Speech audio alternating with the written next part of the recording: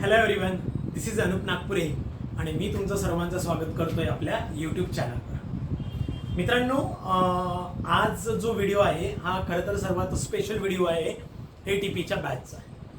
आणि स्पेशल याच्यासाठी कारण सिलेबस नवीन आलेला आहे. बऱ्यापैकी सर्व लोकांनी सिलेबसमधनं गो थ्रू केलेला आहे किंवा सर्वांनी सिलेबस मला तर वाटते काही लोकांनी तर अक्षरशः पाठ पण करून टाकला असेल. बघायचं झालं तर सिलेबसमध्ये काय आहे, कसं आहे, सर आत्तापर्यंत सिलेबस कधी येणार, त्यामध्ये काय चेंजेस असणार, काय येतील, हा सर्व जो काही बंबार्डिंग होत होता ते कदाचित आता थोडं शांत होईल. पण पुन्हा एकदा एक क्वेश्चन मार्क शिल्लक राहतो, तो म्हणजे आपल्या एक्झाम डेटचा. डोंट वरी, व्हिडिओ शेवटपर्यंत बघा, तुम्हाला सर्व गोष्टी क्लिअर होऊन जाईल. ओके, सो मित्रांनो, नवीन सिलेबस आलेला आहे आणि कॉंग्रॅच्युलेट यू ऑल त्या एका सिलेबससाठी. आणि खरंच काही विद्यार्थ्यांनी किंवा माझ्या मित्रांनी मैत्रिणींनी अक्षरशः अभ्यास थांबवलेला होता किंवा काही जण डिमोटिवेट झाले होते. पण मी शुअरली सांगू शकतो, आज जो सिलेबस आला आहे तर कदाचित भर उन्हात पाऊस पडल्यासारखं वाटत असेल किंवा तुमचं जे अंगातलं रक्त हळू धावायला लागलं होतं ते कदाचित आत्ता हाय स्पीडने किंवा हाय वेलॉसिटीने ते मूव्ह ऑन झालं असेल. त्याबद्दल तर काही शंका नाही किंवा त्याबद्दल कोणत्याही पद्धतीचं माझं दुमत नाही. आणि पुन्हा एकदा सांगणार की प्लीज आत्ता तरी प्लॅन तयार करा तुमच्या स्टडीचा. त्याआधी प्लॅन कसा करायचा किंवा करायचा हे तर मी तुम्हाला आपल्या लेक्चरमध्ये पण सांगणार किंवा आपण तसं पण त्याविषयी बोलतच असतो. बट स्पेशली आज जर मला सांगायचं आहे सिलेबसविषयी, कारण मोस्ट ऑफ दी लोकांना असं वाटत आहे की नवीन काय आलंय, जुनं काय आलंय, काही कुठे कभी खुशी कभी गम सारखा पार्ट आपल्या सिलेबससाठी झालेला आहे आणि बऱ्यापैकी काही पार्ट ॲड झाला, काही त्यांनी काढून टाकलेला पार्ट खूप चांगला आहे. जसं की सायन्सचा हा पूर्ण पार्ट काढून टाकला आहे. कोण भानगडीत पडणार केमिस्ट्री, फिजिक्स, बायोच्या, तर त्यासाठी एक आनंदाची गोष्ट झाली. पण सोबतच थोडाफार पार्ट ॲड झाला आहे. आत्ता आपल्या क्लासेसविषयी जर का बघायचं झालं, ज्यांना मी पूर्ण प्लॅनिंग आणि व्हॅल्युएशनचा पार्ट पूर्ण घेतलेला आहे त्यांच्यासाठी सांगण्यासारखी एक गोष्ट आहे की सिलेबसचा काही खूप मोठा काढण्यात आला नाही किंवा खूप काही नवीन ॲड करण्यात आला नाही. ओके, मी असं म्हणेल की 80% सिलेबस हा जुनाच आहे आणि 20% जो सिलेबस आहे तो नवीन त्यांनी ॲड केला आहे. 20% कारण खूप साऱ्या टेलिग्राम चॅनलवर काही गोष्टी 15 दिवस 1 महिन्याआधी बोलल्या गेल्या होत्या. UDCPR येणार, रेरा पण येणार. मी त्या वेळेला पण आपल्या क्लासेसमध्ये सांगितलेलं होतं किंवा ज्या लाईव्ह बॅचेस होत्या किंवा ज्या आपल्या बॅचेस होतात त्यामध्ये पण मी सांगितलंय की मित्रांनो, रेरा कोणीही वाचू नका, कारण एवढा मोठा रेरा वाचून ठेवणं आणि वाया जाणार. आणि झालं तेच, कारण रेरा हा डेव्हलपर ॲक्ट आहे, हा काय प्लॅनिंग ॲक्ट नव्हता. त्या केसमध्ये रेरा येणं म्हणजे अपेक्षितच नव्हतं आणि झालंही तसंच. रेरा कुठे आला नाही. मी परांजपे कमिटी कुठेही घेतलेली नाही. परांजपे कमिटी सिलेबसला आलेली नाही. क्लिअर? कारण परांजपे कमिटीवर कोणताही पार्ट नाही. तशीही ती आउटडेटेड होती, आता तिला पूर्णपणे आउटडेटेडच केलेलं आहे. ओके, सो पुन्हा एकदा आपण जाऊया सिलेबसकडे. काय काय सिलेबस ॲड झालाय, काय काय नाही झालाय, किंवा काय आपल्याला नवीन टाकायचं आहे, किंवा सर लाईव्ह लेक्चर्स होतील का, कसे होतील, डाऊट क्लिअर सेशन, सगळ्या गोष्टी क्लिअर करणार. थोडे वेट करा. ओके, सो सिलेबस काय आहे तर नॉर्मली परीक्षेचे टप्पे जे त्यांनी दिलेले आहेत किंवा मार्क्स आहेत ते ॲज इट इज आहे. आपल्याला इंटरव्ह्यूला पण 50 मार्क्स आहेत, त्यापैकी मिनिमम किती पाहिजे, कसे पाहिजे हे तुम्हाला माहीत आहे. त्यानंतर सर्वसाधारण पद्धतीत त्याची निगेटिव्ह मार्किंग सिस्टीम कशी असेल ती पण आधीच आहे. 25% जसं डिडक्ट केल्या जाईल तेच MCQ पॅटर्न आहे. हे सर्व ॲज इट इज आहे आधीसारखं. आता यामध्ये काय की सर्वात इम्पॉर्टंट गोष्ट अशी झाली आहे मित्रांनो की यामध्ये बऱ्यापैकी जो पार्ट आहे, बऱ्यापैकी जर तुम्ही बघितला तर सगळ्यात महत्त्वाची गोष्ट की करंट इव्हेंट अँड टेक्नॉलॉजीमध्ये जर का तुम्ही बघितलं तर बऱ्यापैकी मुलांना थोडंफार कन्फ्युजन होणार की सर करंट इव्हेंट टेक्नॉलॉजी जर तुम्ही पार्ट बघितला तर या पार्टमध्ये सर काहीतरी वेगळं दिसते. Current event, national, international, important, industrial, economic, spatial, urban development, technology, त्याचे application, drone, remote sensing, GPS, computer aided designing, urban planning यासारखा थोडाफार पार्ट त्यात ॲड झालेला आहे. आता हा पार्ट काय आहे तर बऱ्यापैकी नॉन टेक्निकलला रिलेट करतोय टेक्निकल आता, कारण टेक्निकलच्या फॉर्मॅटमध्ये बघितलंय तर नॉन टेक्निकलमध्ये पण नेऊन ठेवलंय आपल्याला. आता हा पार्ट जर बघितला तर हा आपला मी ऑलरेडी घेतलेला होता, पण तरी काय आपण याला स्पेशल पुन्हा एका वेगळ्या कन्सेप्टमध्ये स्टडी करणार आहोत.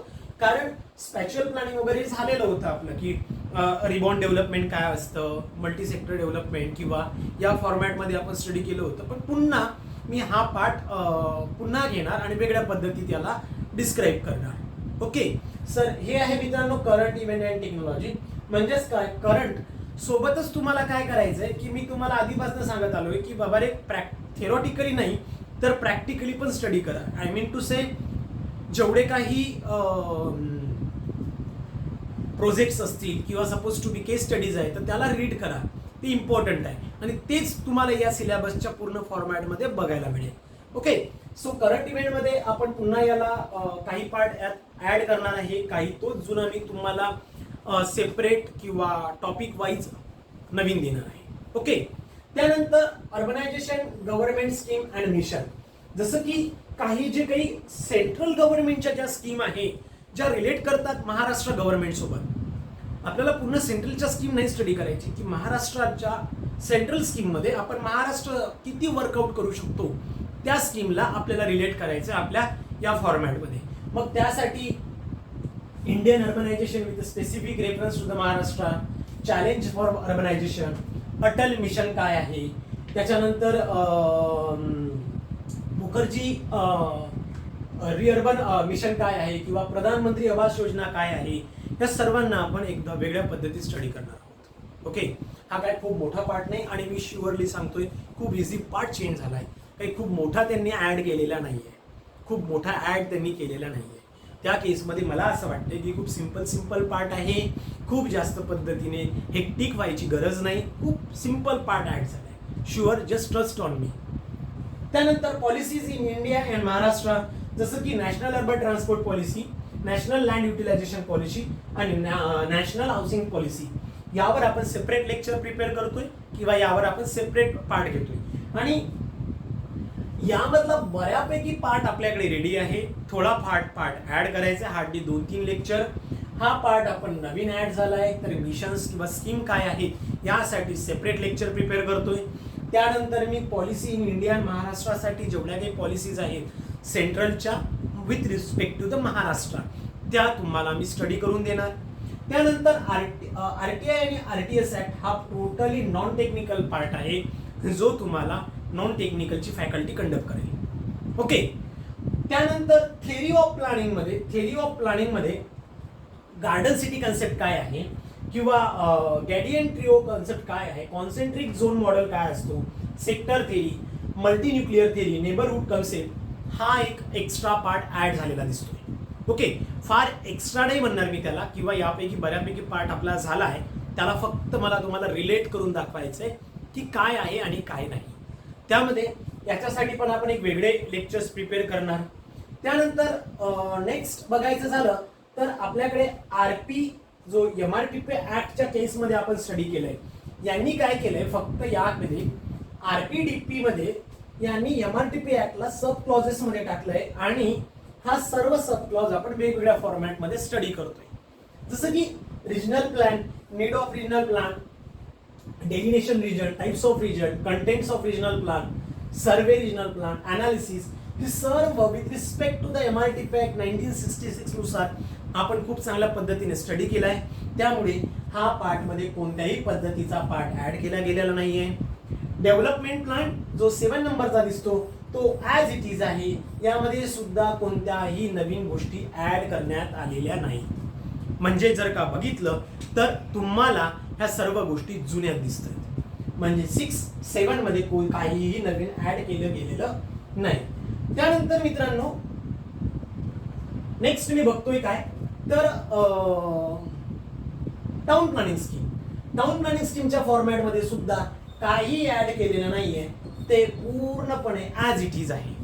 त्यानंतर लोकल एरिया प्लॅनसाठी हा एक नवीन कन्सेप्ट आहे जो ऍड केला आहे. हाला आपण सेपरेटली न्यू फॉर्मॅटमध्ये स्टडी करणार, कारण याला MRT पॅकमध्ये लोकल प्लॅन आहे, पण त्याला आपल्याला वेगळ्या केसमध्ये सुद्धा स्टडी करायचं आहे विथ प्रॅक्टिकल व्ह्यूने. सो लोकल प्लॅन हा एक नवीन पार्ट त्यामध्ये ऍड झालेला आहे जो आपण पुन्हा घेणार आहोत. त्यानंतर unified development control and regulation जो UDCPR आहे आपण जस्ट चालू केलेला आहे आणि त्यावर लेक्चर तुम्हाला खूप लवकर सगळे लेक्चर तुम्हाला अपलोड केले जातील. आणि त्यासाठी युनिफाईड डेव्हलपमेंट कंट्रोल अँड रेग्युलेशनवर म्हणजेच काय UDCPR वर नवीन लेक्चर्स किंवा हा पूर्ण पार्ट जो आहे हा नवीन आहे, ज्यासाठी आपण नवीन लेक्चर प्रिपेअर सुद्धा केले तुम्हाला अपलोड होऊन जातील.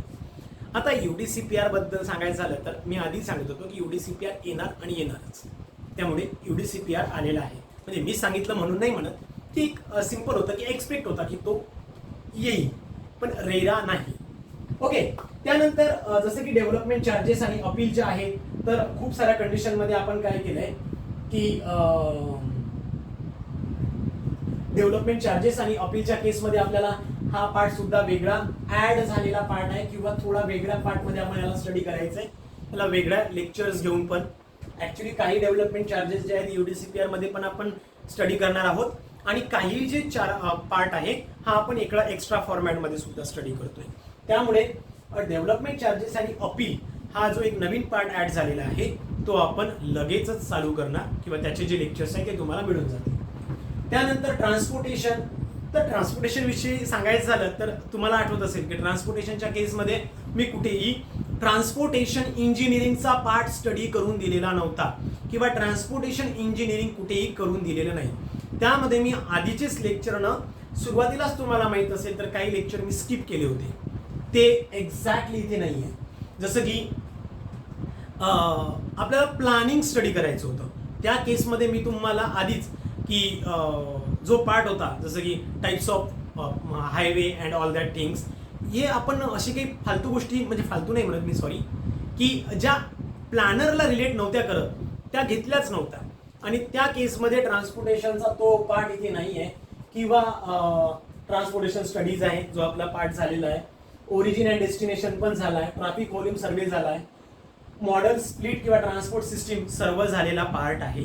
आता कुणीही मला असं म्हणू शकणार नाही की सर ट्रान्सपोर्टेशनमध्ये हा पार्ट ऍड करायचा राहिला. ट्रान्सपोर्टेशन 100% आपला झालेला आहे. एन्व्हायरमेंटच्या केसमध्ये एन्व्हायरमेंट क्लिअरन्स आणि environmental impact assessment. Environment clearance आपण रिलेट करणार, आता हा नवीन एक पोर्शन त्यामध्ये ऍड झालाय. जसं की मी MOEF सोबत याला रिलेट करून दाखवणार, ministry of environment and forest सोबत, आणि सोबतच जे काही इम्पॅक्ट असेसमेंट आहे तो सुद्धा आपण इथे ऍड करणार आहोत. ओके. आता काय झालंय की ऍक्ट्स अँड रूल मध्ये जर का बघितलं ते evaluation of planning legislation India हा सुरुवातीचा झालाय आपला. तुम्हाला आठवत असेल जे सुरुवातीचे लेक्चर्स घेतले आहे 1950, 1954 वगैरे, तर तो सुद्धा पार्ट झालाय. त्यानंतर MRTP ऍक्ट आपण स्टडी केलाय. म्युन्सिपल कॉर्पोरेशनचा हा मी वेगळा ठेवतोय. म्युन्सिपल काउन्सिल, नगरपंचायत आणि industrial township, Maharashtra land revenue code, environmental protection act, Bombay stamp act, 73-74 amendment, constitutional amendment act सुद्धा झालेला होता. एन्व्हायरमेंटल ऍक्ट आपण एन्व्हायरमेंट क्लिअरन्स सोबत स्टडी करतोय. MLRC बाकी आहे, त्यामुळे हा आपण आत्ता स्टडी करणार आहे 1966 ला. एन्व्हायरमेंट आणि बॉम्बे स्टॅम्प ऍक्ट सुद्धा झालेला आहे ESRच्या केसमध्ये. त्यामुळे यामधले बऱ्यापैकी पार्ट झालेले आहे. त्यानंतर जसं की मी तुम्हाला लास्ट टाइम सांगितलेलं की 1984चा लँड ॲक्विजिशन ऍक्ट जो आहे तो स्टडी करायची गरज नाही, जो आपण 2013चा पूर्णपणे पार्ट आपण स्टडी केलेला होता आणि झाला सुद्धा आहे. त्यामुळे हा लाडा 100% झालाय. व्हॅल्युएशन मध्ये आपण जेवढं घेतलं विथ रिस्पेक्ट टू 1 रुपीज घेतलंय, हे सर्व ॲज इट इज आहे. जे पेरिस टेबल आपण क्लिअर केले आणि त्यावरच्या डेफिनेशन्स किंवा न्यूमेरिकल जे आपण कव्हर केले तेच आहे. या केसमध्ये 0% चेंज करण्यात आला आहे, ज्यामध्ये सगळ्यात जास्त इम्पॅक्ट हा पेरिस टेबल आणि विथ रिस्पेक्ट टू 1 रुपीजवर तुम्हाला न्यूमेरिकल असतील. तो पार्ट ॲज इट इज आहे, कुठेही चेंजेस बघायला मिळालेला नाही. आणि व्हॅल्युएशन टेबल जर का मी बघितलं तर त्यामध्ये सुद्धा ॲज इट इज पार्ट त्यांनी दाखवलेला आहे. 17 मध्ये कुठेही तुम्हाला एक्स्ट्रा पार्ट करायची गरज पडणार नाही. हा पण 0 चेंजेस आहे. Clear. So these are the. यानंतर मेथड्स ऑफ व्हॅल्युएशन मध्ये जर का बघायचं झालं तर मी मेथड्स ऑफ व्हॅल्युएशन बघतोय की ज्या केसमध्ये मेथड्स ऑफ व्हॅल्युएशनच्या कंपॅरिझन मध्ये मेथड्स ऑफ व्हॅल्युएशन आपण पूर्णपणे कंप्लीट केलेले आहेत. त्याच्या विथ रिस्पेक्ट टू न्यूमेरिकल पण कंप्लीट केले होते किंवा रिलेट पण केले होते. सो तो पण पार्ट झालेला आहे. त्यानंतर राहिलं अॅन्युअल स्टेटमेंट रेट. तर बघा की आता आपण जून मध्ये पोहोचलोय. So as per the this rule आपल्याला आता 2022 टू 23 या गाईडलाईन स्टडी करायचे आहे. या गाईडलाईन्स आपण चालू करतोय आत्ता. सो दॅट काही फार चेंजेस झालेले नाहीये. तर जेवढे चेंजेस झालेले असतील ते चेंजेस तुम्हाला बघायला मिळेल आणि त्यानुसार तिथे सर्व काही कंप्लीट केलं जाईल. मित्रांनो, हा होता सिलेबस. मी पुन्हा एकदा तुम्हाला रिपीट करतोय, नवीन सिलेबस काही फार जास्त ऍड झालेला नाहीये. 20% सिलेबस ऍड झालाय. थोडे त्याचे जे हेडिंग्स किंवा नावं आहे हे तुम्हाला वेगळे वाटत असतील तरी पण तुम्हाला बराचसा पार्ट झाला आहे जो की मी तुम्हाला रिअपलोड करून क्लिअर करून देईन. ओके. आता सगळ्यात महत्वाची गोष्ट, सर सिलेबस आला. आता सगळ्यात मोठा क्वेश्चन मार्क आहे की सर आता एक्झाम डेट काय आहे. नॉर्मली मित्रांनो पॉसिबली 2 महिने असतात. म्हणजे मी एक्सपेक्ट करणार ऑगस्ट एंड पर्यंत. आणि आत्ताच्या सोर्सनुसार मी एवढंच सांगू शकतो की up to the August end पर्यंत तुमची एक्झाम होईल. सो ऑगस्ट एंड पर्यंत तुम्ही प्रिपेअर करा आणि त्यासाठी तयार व्हा. ज्यांनी प्लॅनिंग चेंज केलं होतं त्यांनी पुन्हा आपल्या प्लॅनिंगवर या. ज्यांनी थोडाफार पुस्तकं वगैरे किंवा बुक्स वगैरे हातातनं खाली ठेवले, बुक्स उचला, धावायला लागा. सिलेबस तुमच्या डोळ्यासमोर आहे. मी तुमच्या सोबत आहे आणि आपण दोघं मिळून 100% ATPची एक्झाम क्रॅक करूया. बघा, करायचंय म्हटल्यावर मी तुमच्यासमोर डोकं जरी आपटलं आणि तुमची करायची इच्छा नसेल तर त्याला मी काही करू शकणार नाही. पण 99% जर का तुमचे एफर्ट्स असतील, 1% त्या 1% मधला 100% मी करणार. सोबत आपण पूर्ण करणार. सोबतच खूप लवकर आपण लाईव्ह लेक्चर सुद्धा चालू करतोय. लाईव्ह लेक्चर्स रिगार्डिंग दिस कन्सेप्ट बघूया. एकतर अल्टरनेट डेजला किंवा रेग्युलर डेजला आपण लाईव्ह लेक्चर चालू करतोय. येणाऱ्या 4 ते 5 दिवसात तुम्हाला लाईव्ह लेक्चर्स चालू होतील, डाऊट क्लिअर सेशन चालू होतील आणि त्यानुसार आपण परफॉर्म करणार. क्लिअर. आत्ता जर का कोणी कोणत्याही गोष्टीवर किंवा कोणी अफवा वगैरे जर का ठेवत असेल किंवा पसरवत असेल तर त्यावर प्लीज लक्ष देऊ नका. तुमचं एम तुमच्या डोळ्यासमोर आहे आणि तुम्ही प्रामाणिकपणे त्यासाठी कामाला लागा. ओके. सो फ्रेंड्स, हे होतं तुमचं ATP सिलेबस बद्दलचं. तर जर का खरंच व्हिडिओ आवडला असेल तर प्लीज एकदा लाईक करा आणि बाकी मित्रांना शेअर करा. जर काही कन्फ्युजन असेल तर तुमच्याकडे माझा नंबर आहे. ज्यांच्याकडे माझा पर्सनल नंबर आहे त्यांनी माझ्याशी कॉन्टॅक्ट किंवा व्हॉट्सअप केला तरी फार चांगलं होईल.